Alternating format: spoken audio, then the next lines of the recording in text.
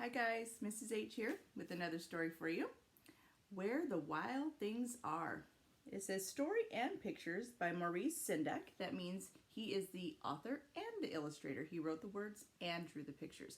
This is one of my favorite books. I hope you enjoy it.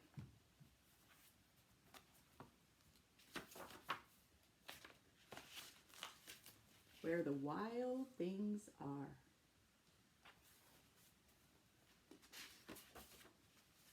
The night Max wore his wolf suit and made mischief of one kind and another, his mother called him Wild Thing, and Max said, "I'll eat you up." So he was sent to bed without eating anything. He got in a little bit of trouble, didn't he? That very night in Max's room, a forest grew and grew and grew until his ceiling hung with vines and the walls became the world all around.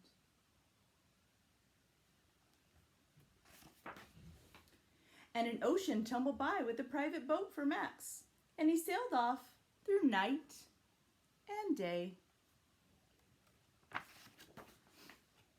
in and out of weeks and almost over a year, to where the wild things are.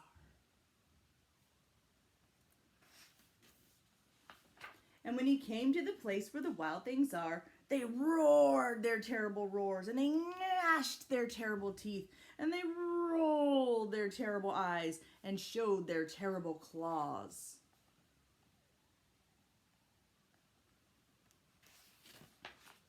Till Max said, "Be still," and tamed them with the magic trick of staring into their yellow eyes without blinking once. And they were frightened and called him the most wild thing of all.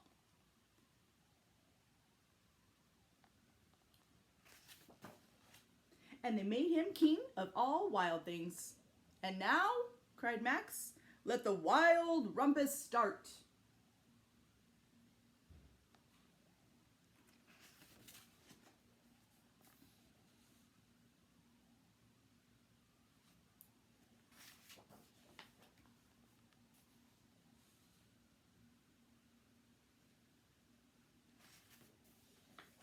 Wow, they are really having a wild rumpus, aren't they?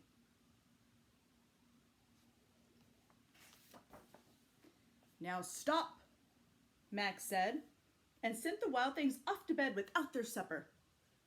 And Max, the king of all wild things, was lonely, and he wanted to be where someone loved him best of all.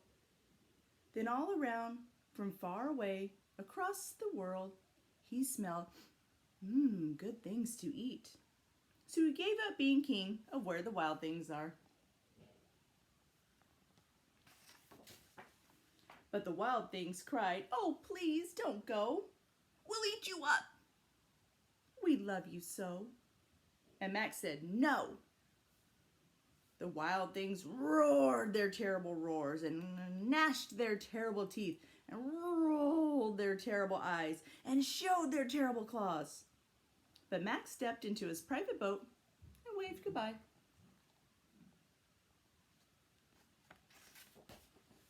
And sailed back over a year and in and out of weeks and through a day.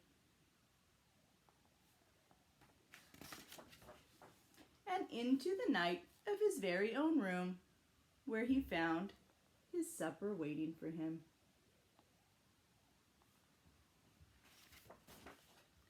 And it was still hot. I hope you enjoyed that story today, friends.